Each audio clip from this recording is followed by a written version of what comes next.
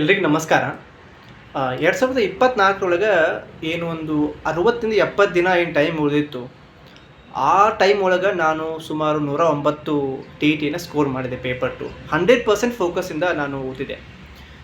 ಆ ಒಂದು ಟೈಮನ್ನು ನಾನು ಹೆಂಗೆ ಯುಟಿಲೈಸ್ ಮಾಡಿದೆ, ಯಾಕಂದರೆ ಭಾಳ ಟಫ್ ಇರುವಂಥ ಕ್ವಶನ್ ಪೇಪರ್ ಒಳಗೆ ಹೆಚ್ಚು ಸ್ಕೋರ್ ಮಾಡೋದು ಭಾಳ ಕಷ್ಟ ಇದೆ. ಈ ವರ್ಷ ಯಾರೆಲ್ಲ ಓದ್ತಾ ಇದ್ದೀರಿ, ಈಗ ಒಂದು 32 ದಿನ ಟೈಮ್ ಉಳಿದೈತಿ, ನೀವು ಹೆಂಗೆ ಟಿ ಇ ಟಿ ಒಳಗೆ ಸ್ಕೋರ್ ಮಾಡಬೇಕು 120+, ಮತ್ತು ಯಾವ್ಯಾವ ಬುಕ್ಸನ್ನು ಹೆಂಗೆ ಓದಬೇಕು, ಮತ್ತು ಯಾವ ನೋಟ್ಸ್ ಓದಿದ್ರೆ ನಮಗೆ ಭಾಳ ಈಸಿ ಒಳಗಡೆ ನಮ್ಗೆ ಅಂಡರ್ಸ್ಟ್ಯಾಂಡ್ ಆಗ್ತೈತಿ. ಕ್ವಶನ್ ಪೇಪರ್ ಬಿಡಿಸೋದು ಎಷ್ಟು ಇಂಪಾರ್ಟೆಂಟ್ ಇದೆ, ಮಾಡೆಲ್ ಟೆಸ್ಟ್ಗಳನ್ನು ಹೆಂಗೆ ಕಂಡಕ್ಟ್ ಮಾಡ್ತಾರೆ, ಎಲ್ಲಿ ಹೋಗಿ ಬರೀಬೇಕಿದೆ, ಸೊ ಮತ್ತು ನಾವು ಎಷ್ಟು ತಾಸು ಓದಬೇಕಾಗಿದೆ ಮತ್ತು ಹೇಗೆ ಓದಬೇಕಾಗಿರುವಂಥ ಪ್ರಶ್ನೆಗಳನ್ನು ಇವತ್ತಿನ ದಿನ ನಿಮ್ಗೆ ನಾನು ಹೇಳಕ್ಕೆ ಬಂದೇನೆ. ವಿಡಿಯೋನ ಕಂಪ್ಲೀಟಾಗಿ ನೀವು ವೀಕ್ಷಣೆ ಮಾಡಿರಿ, ಅಂದಾಗ ನಿಮಗಿದು ಅರ್ಥ ಆಗ್ತದೆ. ಯಾಕೆಂದರೆ ನಾನು 3 ಸಲ ಟಿ ಇ ಟಿ ಪಾಸ್ ಆಗೀನಿ, ಮತ್ತು 1 ಸಲ C T E T pass ಆಗೀನಿ, ಮತ್ತು ಕೆಸೆಟ್ ಕೂಡ ಪಾಸ್ ಆಗಿದ್ದೀನಿ. ಇದೆಲ್ಲ ಅನುಭವಗಳು ನಿಮಗೆ ಭಾಳಷ್ಟು ಹೆಲ್ಪ್ ಆಗ್ತಾವೆ ಅನ್ನುವಂಥ ಉದ್ದೇಶದಿಂದ ನೇರವಾಗಿ ನಾನು ವಿಡಿಯೋ ಮಾಡ್ತಾ ಇರೋದು. ಸೊ ಮೊದಲಿಗೆ ಬಂದುಬಿಟ್ಟು ನಮಗೆ 32 ದಿನ ಟೈಮ್ ಉಳಿದೈತಿ. ನಮಗೆ ನಾವು ಇಲ್ಲಿವರೆಗೆ ಏನು ಮಾಡೀವಿ ಅನ್ನೋದು, ಏನು ಮಾಡ್ತೀವಿ ಅನ್ನೋದು ಮುಖ್ಯವಲ್ಲ, ಇವತ್ತಿನಿಂದ ನಾವು ಏನು ಮಾಡಬೇಕಾಗಿದೆ ಅದು ಭಾಳ ಮುಖ್ಯವಾಗಿದೆ. ಮೊದಲಿಗೆ ನಮಗೆ 32 ದಿನ ಟೈಮ್ ಉಳಿದೈತಲ್ಲ, ಸೊ 32 ದಿನದೊಳಗೆ ನಾನು ಡೈಲಿ ಎಷ್ಟು ತಾಸು ಓದಾಕೆ ನನ್ನ ಕಡೆಯಿಂದ ಆಗ್ತೈತಿ ಅನ್ನುವಂಥ ಒಂದು ಟೈಮನ್ನು ನೀವು ಫಿಕ್ಸ್ ಆಗಿ ಬಡಿಟ್ಕೋಬೇಕು. ಡೈಲಿ ನಮ್ಮ ಕಡೆಯಿಂದ 4 ತಾಸು ಹೋಗ್ತದೆ, 4 ತಾಸು ಅಂತಲೇ ಬದಿಟ್ಕೋಬೇಕು. ಅದು ನಿಮ್ಮ ಮೈಂಡ್ ಒಳಗೆ ಫಿಕ್ಸ್ ಆಗಿರಬೇಕು. ಇದು ಫಸ್ಟ್ ಪಾಯಿಂಟ್. ಎರಡನೇ ಪಾಯಿಂಟ್ ಬಂದುಬಿಟ್ಟು, ನಾವು ಈ 4 ತಾಸನ್ನು 100% ನಾವು ಓದ್ತಾ ಇದ್ದೀವಾ, ಡಿಸ್ಟರ್ಬೆನ್ಸ್ ಇಲ್ಲದೆ ಓದ್ತಾ ಇದ್ದೀವಿ ಅನ್ನೋದು ಬಹಳ ಮುಖ್ಯ ಆಗ್ತದೆ ಇಲ್ಲಿ. ಈಗ ನೀವು 10 ತಾಸು ಓದ್ರಿ, ನೀವು ಫೋಕಸ್ ಆಗಿ ನೀವು ಡಿಸ್ಟ್ರಾಕ್ಷನ್ ಇಲ್ಲದೆ ಓದಿದರೆ ಅದು ನಿಮಗೆ ಹೆಲ್ಪ್ ಆಗ್ತದೆ, ನಿಮ್ಗೆ ಎಕ್ಸಾಮ್ಗೆ. ಇಲ್ಲ, ಹೆಲ್ಪ್ ಆಗೋದಿಲ್ಲ. ಸೊ ಈ 4 ತಾಸು ಏನಿದೆ ಅದು ಬಹಳ ಮುಖ್ಯ ಆಗ್ತದೆ. ಈಗ ನಿಮಗೆ ನಾನು ಒಂದು ಬೆಸ್ಟ್ ಎಕ್ಸಾಂಪಲ್ ಕೊಡಲಿಕ್ಕೆ ಏನಂತಂದರೆ, ಈಗ ನೀವು ಕನ್ನಡ ಸೈಕಾಲಜಿ, ಕನ್ನಡ ಇದೆ, ಕನ್ನಡ ಪೆಡಗಾಗ್ ಇದೆ, ಕನ್ನಡ ಗ್ರಾಮರ್ ಇದೆ, ಇಂಗ್ಲೀಷ್ ಪೆಡಗಾಗ್ ಇದೆ, ಇಂಗ್ಲೀಷ್ ಲಿಟಲ್ ಬಿಟ್ ಗ್ರಾಮರ್ ಇದೆ, ಸೈಕಾಲಜಿ ಇದೆ, ಮತ್ತು ನಿಮ್ಮ ಸಬ್ಜೆಕ್ಟ್ ಪೇಪರ್ನೊಳಗೆ ಇ ವಿ ಎಸ್ ಆಗಿರ್ಬೋದು, ಮ್ಯಾಥಮೆಟಿಕ್ಸ್ ಆಗಿರ್ಬೋದು, ಪೇಪರ್ 2 ನೀವು ಅಗೇನ್ ಮತ್ತೆ ಮ್ಯಾಥಮೆಟಿಕ್ಸ್ ಆಗಿರ್ಬೋದು, ಸೋಷಿಯಲ್ ಸೈನ್ಸ್ ಆಗಿರ್ಬೋದು, ಇದ್ರ ಒಳಗಡೆ ರಿಪೀಟೆಡ್ ಆಗಿ ಬಂದಿರುವಂಥ ಟಾಪಿಕ್ಸ್ಗೆ ನೀವು ಹೆಚ್ಚು ಕೊಡಬೇಕಾಗ್ತೈತಿ. ಈಗ ಕನ್ನಡದೊಳಗೆ ತೋರಿ, ನೀವು ಕನ್ನಡ ಲ್ಯಾಂಗ್ವೇಜ್ 1 ತೊಗೊಂಡಿರಿ, ನಿಮಗೆ ಕನ್ನಡದೊಳಗೆ 15 ಪ್ರಶ್ನೆಗಳು ಏನದಾವ ಪ್ಯಾಸೇಜಿಂದ ಬರ್ತದೆ. ಅದು ಮೀನ್ಸ್ ರೀಡಿಂಗ್ ಕಾಂಪ್ರಿಹೆನ್ಷನ್, ಒಂದು ಪದ್ಯ ಆಗಿರ್ಬೋದು, ಒಂದು ಗದ್ಯ ಆಗಿರ್ಬೋದು, ಅದರೊಳಗೆ ಬರ್ತದೆ ನಿಮ್ಗೆ ಈಸಿಯಾಗಿ. ಇನ್ನು 15 ಏನಿದೆ ಅದನ್ನು ನೀವು ಇಷ್ಟು ನೀಟಾಗಿ ಅಂತಂದರೆ ನಿಮ್ಮ 32 ದಿನದೊಳಗೆ ಅದು 4 ದಿನ ಫಸ್ಟಿಗೆ ನೀವು ಅದು ಕೊಡಬೇಕು. 4 ದಿನ ಹೆಂಗೆ 4 ದಿನ ಅಂತಂದರೆ, ಮೊದಲ 2 ದಿನ ನೀವೇನು ಕೊಡಬೇಕು, ಬರೀ ಕನ್ನಡ ಗ್ರಾಮರಿಗೆ ಕೊಡಬೇಕು. ಈಗ ಕನ್ನಡ ಗ್ರಾಮರ್ ಪದೇ ರಿಪೀಟ್ ಆಗಿರುವಂಥ ಕೆಲವೊಂದಿಷ್ಟು ಟಾಪಿಕ್ಸ್ಗಳು ಅದಾವ. ನಿಮ್ಗೆ ನಾವು ಹೇಳ್ತೀನಿ ನೋಡ್ರಿ, ಈಗ ಸಂಧಿಗಳಾಗಿರ್ಬೋದು, ಸಮಾಸಗಳಾಗಿರ್ಬೋದು, ಅವಯವ ಆಗಿರ್ಬೋದು, ಮತ್ತು ವಿಭಕ್ತಿ ಪ್ರತ್ಯಯಗಳಾಗಿರ್ಬೋದು, ಇದ್ರ ಮೇಲೆ ಪ್ರತಿ ವರ್ಷ ಪ್ರಶ್ನೆ ಬರತ್ತವ. ನೀವು ಒಂದ್ಸಲ ಕ್ವಶನ್ ಪೇಪರ್ ತೆಗೆದು ನೋಡ್ರಿ. ಸೊ ಇದು ಭಾಳ ಇಂಪಾರ್ಟೆಂಟ್. ಹಿಂಗೆ ನೀವೇನು ಮಾಡಿರಿ, 7ರಿಂದ 8 ಲಿಸ್ಟ್ ಔಟ್ ಮಾಡಿರಿ ಇಂಪಾರ್ಟೆಂಟ್ ಟಾಪಿಕ್ಸ್ಗಳನ್ನ, ಅವನ್ನಷ್ಟೇ ಓದ್ಬಿಡ್ರಿ 2 ಡೇಸ್ ಒಳಗಡೆ. ಮತ್ತು ಇನ್ನು 2 ಡೇಸ್ ನೀವೇನು ಮಾಡ್ಬೇಕಂದ್ರೆ ಕನ್ನಡ ಬೋಧನಾಶಾಸ್ತ್ರ ತಗೋಬೇಕು. ಈ ಕನ್ನಡ ಬೋಧನಾಶಾಸ್ತ್ರಕ್ಕೆ ಏನು ಓದಬೇಕು ಅನ್ನೋ ಸೋರ್ಸ್ ಬಂದುಬಿಟ್ರೆ, ನಾನು ಇದೇ ಒಂದು ವಿಡಿಯೋ ಕೆಳಗಡೆ ಡಿಸ್ಕ್ರಿಪ್ಷನ್ ಬಾಕ್ಸ್ ಒಳಗೆ ನೋಟ್ಸ್ ಕೊಟ್ಟಿರ್ತೀನಿ, ಕ್ವಶನ್ ಪೇಪರ್ಸ್ ಕೊಟ್ಟಿರ್ತೀನಿ. ದಯವಿಟ್ಟು ಅವುಗಳನ್ನ ಡೌನ್ಲೋಡ್ ಮಾಡ್ಕೋರಿ, ಅವುಗಳನ್ನು ನೋಡಿರಿ. ನೀವು ಅದು 100% ನಿಮ್ಗೆ ಹೆಲ್ಪ್ ಆಗ್ತಾವೆ. ಆ ಕನ್ನಡ ಬೋಧನಾಶಾಸ್ತ್ರ ಒಳಗೆ ನೀವು ಓದ್ತಾ ಪ್ರಶ್ನೆಗಳನ್ನು ನೀವು ಬಿಡಿಸ್ತಾ ಹೋಗಬೇಕು. ಪ್ರಶ್ನೆ ಪತ್ರಿಕೆ ಜೊತೆಗೆ ನಿಮ್ಗೆ ಅದು ಹೆಲ್ಪ್ ಆಕೈತಿ. ನೀವು ಅದನ್ನೇ 2 ಡೇಸ್ ಒಳಗೆ ಮಾಡಿರಿ. 4 ಡೇ ಒಳಗಡೆ ಒಂದು ಕನ್ನಡ ಲ್ಯಾಂಗ್ವೇಜ್ 1 ಮುಗೀತು ಅಂತಂದಾಗ, ಇನ್ನು 4 ಡೇಸ್, ಇನ್ನು 4 ಡೇಸ್ ನೀವೇನು ಮಾಡ್ಬೇಕಂತಂದರೆ ಅಗೇನ್ ಇಂಗ್ಲೀಷ್ ತೊಗೋಬೇಕು. ನೀವು ಇಂಗ್ಲೀಷ್ ಒಳಗೆ ಏನು ಮಾಡಬೇಕು ಅಂತಂದರೆ, ಸಿಂಪಲ್ ನೋಡ್ರಿ, ಈಗ ಇಂಗ್ಲೀಷ್ ಲ್ಯಾಂಗ್ವೇಜ್ ಒಳಗಡೆ ನೀವು ಸೆಕೆಂಡ್ ಲ್ಯಾಂಗ್ವೇಜ್ ಇಂಗ್ಲೀಷ್ ತೊಗೊಂಡಿರಿ ಆಗಿರ್ಬೋದು, ಫಸ್ಟ್ ಲ್ಯಾಂಗ್ವೇಜ್ ಒಳಗೆ ಹೋಗ್ರಿ, ಆಕ್ಟಿವೇಜ್ ಪ್ಯಾಸಿವೇಜ್ ಪ್ರತಿ ಸಲ ಪ್ರಶ್ನೆ ಕೇಳ್ತಾ ಇದ್ದಾನ. ನೀವೇನು ಮಾಡಬೇಕು, ಇಷ್ಟು ಟೆನ್ಸದು ರೂಲ್ಸ್ಗಳನ್ನು ನೀವು ಬೈಪಟ್ ಮಾಡಬೇಕು, ಮತ್ತು ಒಂದು ಸಿಂಪಲ್ ಸೆಂಟೆನ್ಸನ್ನು ಬರೀಬೇಕು. ಅವುಗಳನ್ನು ಪ್ಯಾಸಿವೇಜ್ ಕನ್ವರ್ಟ್ ಮಾಡಬೇಕು ವಿತ್ ಹೆಲ್ಪ್ ಆಫ್ ನೀವು ಯೂಟ್ಯೂಬ್ ವೀಡಿಯೋಸ್ ನೋಡ್ಬೋದು, ಮತ್ತು ನಿಮ್ಮ ಕಡೆ ಯಾವುದು ಬುಕ್ಸ್ ಇದೆಯಲ್ಲ ಅವುಗಳನ್ನ ರೆಫರ್ ಮಾಡ್ಬೋದು. ಬಟ್ ಗ್ರಾಮರ್ ಇಷ್ಟು ದೊಡ್ಡ ಬುಕ್ ರೆಫರ್ ಮಾಡುವಷ್ಟು ಅವಶ್ಯಕತೆ ಇಲ್ಲ, ಯಾಕಂದರೆ ನಮಗೆ ಟೈಮ್ ಭಾಳ ಕಡಿಮೆ ಇದೆ. ನೀವು ಇಲ್ಲಿ ಅರ್ಥ ಮಾಡ್ಕೊಂಡು ಮುಗೀತು. ಈಗ ಇದಾಯ್ತಾ, ಮತ್ತು ಅಗೇನ್ ನಿಮ್ಗೆ ಏನು ಮಾಡ್ತಾನೆ, ಫಿಲ್ ಇನ್ ದ ಬ್ಲಾಂಕ್ಸ್ ಅಂತ ಕೊಡ್ತಾನೆ. ಅದು ಆರ್ಟಿಕಲ್ ಮೇಲಾಗಿರ್ಬೋದು, ಅದು ಪ್ರಿಪೋಸಿಷನ್ ಮೇಲಾಗಿರ್ಬೋದು, ಅದು ಸೂಟೇಬಲ್ ವರ್ಬ್ ಆಗಿರ್ಬೋದು, ಇವುಗಳನ್ನು ನೀವು ಡೀಟೇಲ್ ಆಗಿ ನೀವು ಅಂಡರ್ಸ್ಟ್ಯಾಂಡಿಂಗ್ ಮಾಡ್ಕೊಂಡು ಡೈಲಿ ಪ್ರಾಕ್ಟೀಸ್ ಮಾಡಿಬಿಟ್ರೆ ಇದಾಯಿತು. ಇನ್ನು ಮತ್ತು ಯಾವುದು ಪೂರ್ತಿ ನನಗೆ ಇಂಗ್ಲೀಷ್ ಅರ್ಥನೇ ಆಗತ್ತಿಲ್ಲಪ್ಪ ಅನ್ನೋರು ಏನು ಮಾಡಬೇಕು, 8, 9, 10ನೇ ತರಗತಿ ಒಳಗೆ ಯಾವುದೇ ಒಂದು ಬುಕ್ ತೊಗೊಂಡು ದಿನಾಲೂ ನೀವು ಒಂದು ಪಾಠ ಓದ್ರಿ ನೀವು. ಯಾಕಂದ್ರೆ ನಿಮ್ಗೆ ಇಂಗ್ಲೀಷ್ ಓದಿದ್ದನೇ ಅರ್ಥ ಆಗತ್ತಿಲ್ಲ ಅಂತಂದ್ರೆ ಅಲ್ಲಿ ಬರುವಂಥ ಇಂಗ್ಲೀಷ್ ಬೋಧನಾಶಾಸ್ತ್ರಗಳು ಹೆಂಗೆ ಅರ್ಥ ಆಗಬೇಕಾಗಿದೆ. ಸೊ ಹೀಗಾಗಿ ನಿಮಗೆ ನಾನು ಇನ್ನೊಂದು ಪ್ರಶ್ನೆ ಕೇಳ್ತೀನಿ. ಒಬ್ಬ ವಿದ್ಯಾರ್ಥಿ ತನ್ನ ಖುಷಿಗೋಸ್ಕರನೇ ಅವೇನು ಮಾಡ್ತಾನೆ, ದೊಡ್ಡ ಪುಸ್ತಕಗಳನ್ನ ಓದ್ತಾನೆ. ಹಾಗಾದರೆ ಯಾವ ರೀತಿಯ ಓದುವಿಕೆ ವಿಧಾನವಾಗಿದೆ, which type of reading skills ಆಗಿದೆ ಅಂತ ಕೇಳ್ತಾ ಅದು ಇಂಟೆನ್ಸಿವ್ ಆಗಿದೆಯೋ, ಎಕ್ಸ್ಟೆನ್ಸಿವ್ ಆಗಿದೆಯೋ, ಅಥವಾ ಸ್ಕ್ಯಾನಿಂಗ್ ಆಗಿದೆಯೋ, ಸ್ಕಿಮ್ಮಿಂಗ್ ಆಗಿದೆಯೋ ಅಂತ ಕೇಳ್ತಾನೆ. ಸ್ಕ್ಯಾನಿಂಗ್, ಸ್ಕಿಮ್ಮಿಂಗ್, ಇಂಟೆನ್ಸಿವ್, ಎಕ್ಸ್ಟೆನ್ಸಿವ್ ಇದ್ರ ಮೇಲೆ ಪ್ರತಿ ವರ್ಷ ಪದೇ ಪದೇ ಪ್ರಶ್ನೆಗಳು ಬರ್ತಾ ಇದಾವ. ಯಾವ ಟಾಪಿಕ್ ಮೇಲೆ ಪದೇ ಪದೇ ಪ್ರಶ್ನೆಗಳು ಬರ್ತಾ ಇದಾವ, ಯಾವ ವಿಷಯಗಳ ಮೇಲೆ ಬರ್ತಾ ಇದಾವ, ಅವುಗಳನ್ನು ನೀವೇನು ಮಾಡಬೇಕು, ಲಿಸ್ಟ್ ಔಟ್ ಮಾಡಿ ಅವುಗಳಷ್ಟೇ ಟಾರ್ಗೆಟ್ ಮಾಡಿ ಅವುಗಳಷ್ಟೇ ಓದ್ಬಿಡಬೇಕು. ಹಂಗಾದಾಗ ಮಾತ್ರ ನಿಮ್ಮ ಕಡಿಮೆ ಟೈಮ್ ಹೆಚ್ಚಿಗೆ ಸ್ಕೋರ್ ಆಕೈತಿ. ಮತ್ತು ಮೂರನೇ ವಿಷಯ ಬಂದುಬಿಟ್ರಾಗ ನೀವು ಗ್ರಾಮರ್ ಆಯಿತು, ಕನ್ನಡ ಇಂಗ್ಲೀಷ್ ಪೆಡಗಾಗಿ ಆಯಿತು, ಇಂಗ್ಲೀಷ್ ಪೆಡಗಾಗಿ ಕ್ವಶನ್ ಪೇಪರ್ಸ್ ಕೂಡ ನಾನು ಕೊಟ್ಟಿರ್ತೇನೆ ತಳಗಡೆ. ನೀವು ಅವುಗಳನ್ನು ಕೂಡ ಡೌನ್ಲೋಡ್ ಮಾಡ್ಕೊರಿ, ಅವುಗಳನ್ನು ಕೂಡ ಲಿಸ್ಟ್ ಔಟ್ ಮಾಡ್ಕೊರಿ. ಲಿಸ್ಟ್ ಔಟ್ ಮಾಡಿ ಅವುಗಳನ್ನು ನೀವು ಜಸ್ಟ್ ವಿಡಿಯೋಸ್ ನೋಡಿದ್ರೆ ಸಾಕು. ChatGPT ಒಳಗಡೆ ನೀವು ಜಸ್ಟ್ ಸರ್ಚ್ ಮಾಡಿ ನೋಟ್ಸ್ ಮಾಡ್ಕೊಂಡು ಓದಿದ್ರೆ ಸಾಕು. ಇಷ್ಟು ಮಾಡಿಬಿಟ್ರೆ ಮುಗೀತು.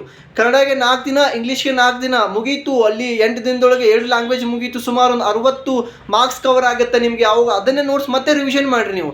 ಮತ್ತೆ ಏನು ನಿಮಗೆ ಸೈಕಾಲಜಿ ಬರುತ್ತಲ್ಲ ನೋಡ್ರಿ, ಈಗ ಸೈಕಾಲಜಿ ಅಂತ ಬಂದಾಗ ಎಲ್ಲರೂ ಕೂಡ ಹೆದರ್ಕೊಳ್ತಾರೆ.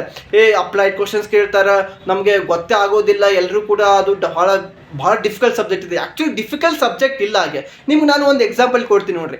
ಅಭಿಪ್ರೇರಣೆ ಅನ್ನುವಂಥ ಒಂದು ವಿಷಯ ಇದೆ. ಈ ಅಭಿಪ್ರೇರಣೆಯೊಳಗೆ ಆಂತರಿಕ ಅಭಿಪ್ರೇರಣೆ ಮತ್ತು ಬಾಹ್ಯ ಅಭಿಪ್ರೇರಣೆ 2 ಮುಖ್ಯವಾದ ಅಭಿಪ್ರೇರಣೆಗಳದಾವ. ಸೊ ಈ ಅಭಿಪ್ರೇರಣೆ ಏನಿದೆ ಕಲಿಕೆಯ ಮುಖ್ಯ ಅವಶ್ಯಕವಾದಂಥ ವಿಚಾರ ಇದೆ. ಇದರೊಳಗಡೆ ಪ್ರಶ್ನೆಗಳನ್ನು ಕೇಳ್ತಾರೆ. ಹೆಂಗೆ ಕೇಳ್ತಾರೆ ಅಂತಂದರೆ, ಒಬ್ಬ ವಿದ್ಯಾರ್ಥಿ ತಾನು SLC ಒಳಗಡೆ ಏನು ಮಾಡಬೇಕು, ಫಸ್ಟ್ ರ್ಯಾಂಕ್ ಬರಬೇಕು, ಅದಕ್ಕೋಸ್ಕರ ಅವ ಓದಾಕ ಮುಂದೆ ಬರ್ತಾನೆ. ಇದು ಯಾವ ರೀತಿ ಅಭಿಪ್ರೇರಣೆ ಆಗಿದ್ದು? ಬಾಹ್ಯ ಅಭಿಪ್ರೇರಣೆ ಆಗಿದೆ ತಾನೇ. ನೋಡ್ರಿ, ಈ ಅಭಿಪ್ರೇರಣೆ ಮೇಲೆ ಪ್ರತಿ ವರ್ಷ ಒಂದು ಪ್ರಶ್ನೆಗಳನ್ನು ಕೇಳ್ತಾ ಇದ್ದಾನೆ. ಆಮೇಲೆ ಏನು ಕೆಲವೊಂದು ಕಲಿಕಾ ಸಿದ್ಧಾಂತಗಳಿದ್ದಾವೆ. ಈ ಕಲಿಕಾ ಸಿದ್ಧಾಂತಗಳಂತ ಬಂದಾಗ ಈಗ ಥಾಂಡೈಕ್ ಅವರ ಪ್ರಯತ್ನ ಪ್ರಮಾದ ಕಲಿಕಾ ಸಿದ್ಧಾಂತ ಆಗಿರ್ಬೋದು, ಪಾವ್ಲೋ ಅವರ ಸಾಂಪ್ರದಾಯಿಕ ಅನುಬಂಧನ ಕಲಿಕಾ ಸಿದ್ಧಾಂತ ಆಗಿರ್ಬೋದು, ಇದ್ರ ಮೇಲೆ ಒಂದು ಪ್ರಶ್ನೆಗಳು ಬರ್ತಾ ಇದ್ದಾವೆ. ಈಗ ಇದ್ರೊಳಗಡೆ ಕೆಲವಷ್ಟು ವಿಶೇಷವಾದ ಟರ್ಮ್ಸ್ಗಳಿದಾವೆ. ಅಂದರೆ ನಾವು ಪದಗಳು ಅಂತ ಏನು ಹೇಳ್ತೀವಲ್ಲ, ಈಗ ಥಾಂಡೈಕ್ ಅವರ ಪ್ರಯತ್ನ ಪ್ರಮಾದ ಕಲಿಕಾ ಸಿದ್ಧಾಂತದೊಳಗಡೆ ಈಗ ಫಸ್ಟ್ ಬರೋ ಟರ್ಮ್ ಏನು, ಈಗ ನಾವು ಅಭ್ಯಾಸ ನಿಯಮ ಅಂತ ಹೇಳ್ತೀವಿ, ಅಗೇನ್ ಅಲ್ಲಿ ಸಿದ್ಧತಾ ನಿಯಮ ಅಂತ ಹೇಳ್ತೀವಿ, ಅಗೇನ್ ಪರಿಣಾಮನೆ ಅಂತ ಹೇಳ್ತೀವಿ.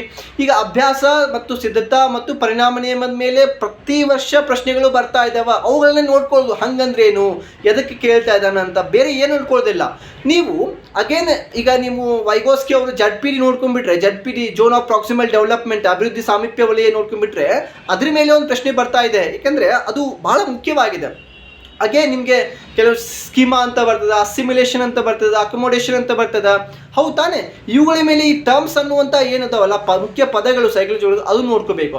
ಮತ್ತು ಎರಡನೇದಾಗಿ ಈ ಸೈಕಾಲಜಿ ಕೇವಲ ಸೈಕಾಲಜಿ ಅಷ್ಟೇ ಇಲ್ಲ, ಅಲ್ಲಿ ಸಮನ್ವಯ ಶಿಕ್ಷಣ ಅಂತ ಇದೆ, ಲಿಂಗ ಮತ್ತು ಸಮಾಜ ಅಂತ ಬರ್ತದ, ಅದ್ರ ಮೇಲೆ ಬರ್ತಾ ಇದ್ದಾವ.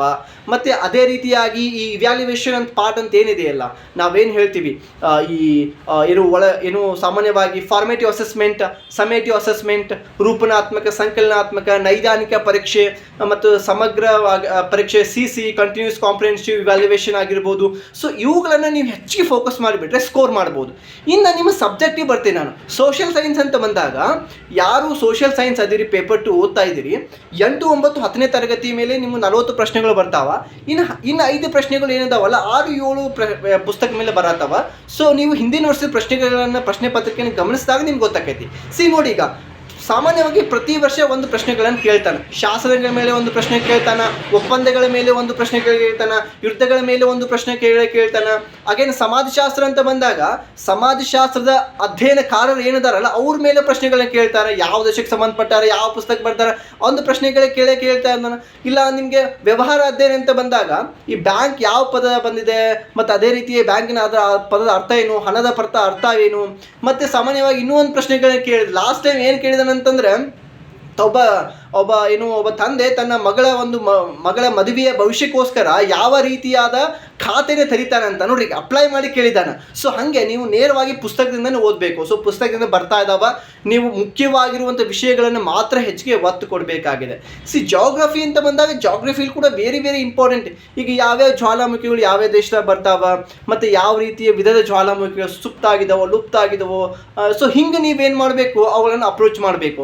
ಮತ್ತು ಹಾಗೆ ನೀವು ಇನ್ನೊಂದು ವಿಚಾರ ಏನಂತಂದಾಗ, ಈಗ ನೋಡ್ರಿ, ಇತಿಹಾಸ ಅಂತಂದರೆ ಹೆಚ್ಚಿನ ವಿಷಯಗಳು ಅದ್ರ ಮೇಲೆ ಓದಾವಂತ ಅವುಗಳನ್ನ ಜಾಸ್ತಿ ಓದಬೇಕು. ಭೂಗೋಳಶಾಸ್ತ್ರ ಅಂದರೆ ಅದ್ರ ಮೇಲೆ ಹೆಚ್ಚಿಗೆ ಮತ್ತು ಓದಬೇಕು. ಹೀಗೆ ವ್ಯವಹಾರ ಅಧ್ಯಯನ, ಅರ್ಥಶಾಸ್ತ್ರ ಕಡಿಮೆ ಇದಾವಲ್ಲ, ಕಡಿಮೆ ಓದಬೇಕು.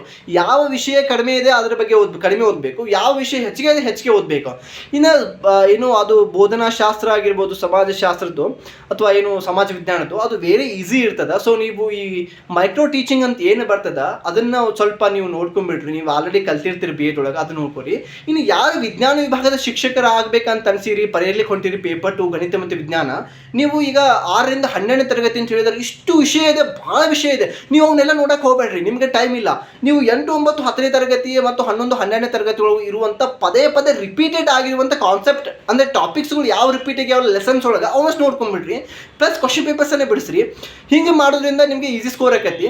ಮತ್ತು ನೀವು ಸೈನ್ಸ್ ಒಳಗೆ ಕೂಡ ಅಷ್ಟೇ, ನಿಮ್ಗೆ ಯಾವ ಟರ್ಮ್ಸ್ಗಳು ಬಹಳ ಮುಖ್ಯವಾಗಿದ್ದಾವ ಮತ್ತು ಪದೇ ಪದೇ ರಿಪೀಟ್ ಆಗ್ತಾ ಇದ್ದಾವೆ ಕ್ವಶನ್ ಪೇಪರ್ಸ್ ಒಳಗಡೆ, ಅವುಗಳನ್ನು ನೋಡ್ಕೊಡಿ.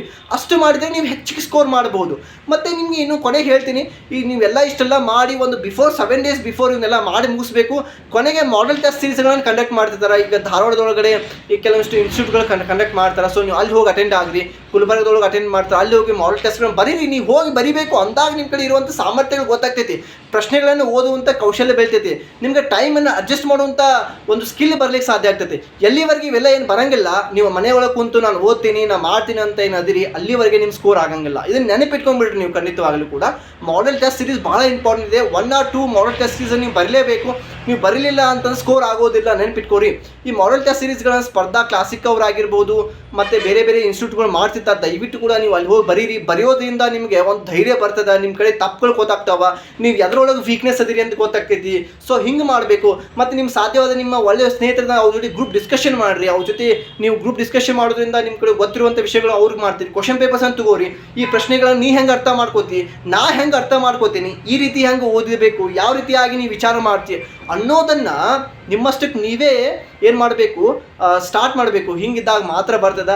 ಐ ಹೋಪ್ ಇವತ್ತಿನ ಈ ವಿಡಿಯೋ ನಿಮಗೆ ಸ್ವಲ್ಪ ಲೆಂದಿ ಆಗಿರ್ಬೋದು, ಬಟ್ ಮುಂಬರುವಂಥ ಒಂದು ಏನು TET ಪರೀಕ್ಷೆನ 120 ಕ್ರ್ಯಾಕ್ ಮಾಡಲಿಕ್ಕೆ, ಮಾರ್ಕ್ಸನ್ನು ತೊಗೊಳ್ಳಿಕ್ಕೆ 100% ಹೆಲ್ಪ್ ಆಕೈತೆ ಅನ್ನೋದು ನನ್ನ ಒಂದು ಅಭಿಪ್ರಾಯ ಮತ್ತು ಅಭಿನಂದನೆ ಕೂಡ ಆಗಿದೆ ಅಂತ ಹೇಳ್ತಾ ಇವತ್ತಿನ ವಿಡಿಯೋನ ಇಲ್ಲಿಗೆ ಮುಗಿಸ್ತೀನಿ. ಮತ್ತೆ ನಾಳಿನ ವಿಡಿಯೋ ನಿಮಗೆ ಸಿಗ್ಲಿಕ್ಕೆ ನಾನು ಇಷ್ಟಪಡ್ತೀನಿ. ಎಲ್ಲರಿಗೂ ಕೂಡ ನಮಸ್ಕಾರ.